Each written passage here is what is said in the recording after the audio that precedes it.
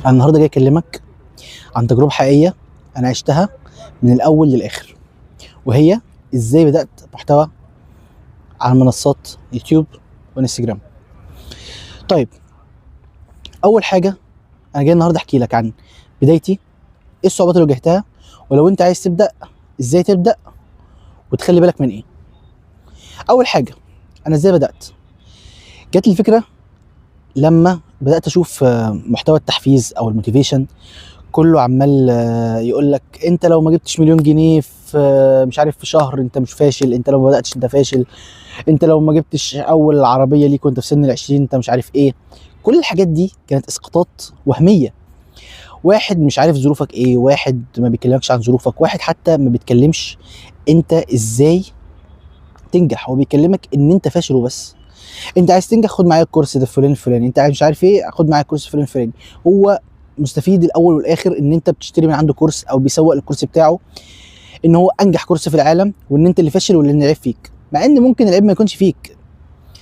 العيب ان انت محدش قالك ازاي تبدا او ازاي تشتغل على نفسك او ازاي تطور من نفسك او ازاي تصنع احسن نسخه من نفسك.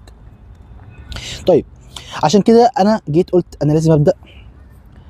يمكن انا مش احسن حاجه اكيد يعني طبعا، وان شاء الله بعد كده هتطور اكتر واكتر، بس قلت في ناس ممكن مستنيه كلمه، مستنيه رساله، مستنيه حتى فيديو واحد يغير لها حياتها او يخليها تبدا او ينور لها حته في دماغها هي ما كانتش متنوره. قلت ليه ما ابداش؟ وفعلا جيت بدات فكرت في فكره، اللي هو اول حاجه التريد ماكسنج، ان هو المثلث، ان هو عندك ان انت في 3 محاور ما ينفعش تشتغل، ما ينفعش تبقى عايز تنجح من ان انت مش شغال عليهم، ان هو العقل والجسم والروح. اتكلمنا فيهم في 3 فيديوهات منفصله، واتكلمنا عن ريلز تانية، عن العلاقات وعن حاجات كتير. تمام، انا عملت لغايه دلوقتي تقريبا 10 ريلات.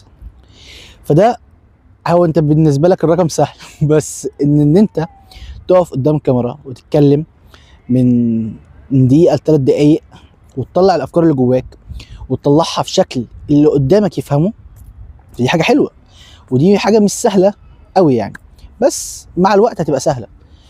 طيب، كل ده الفكره ان انا بدات بيها.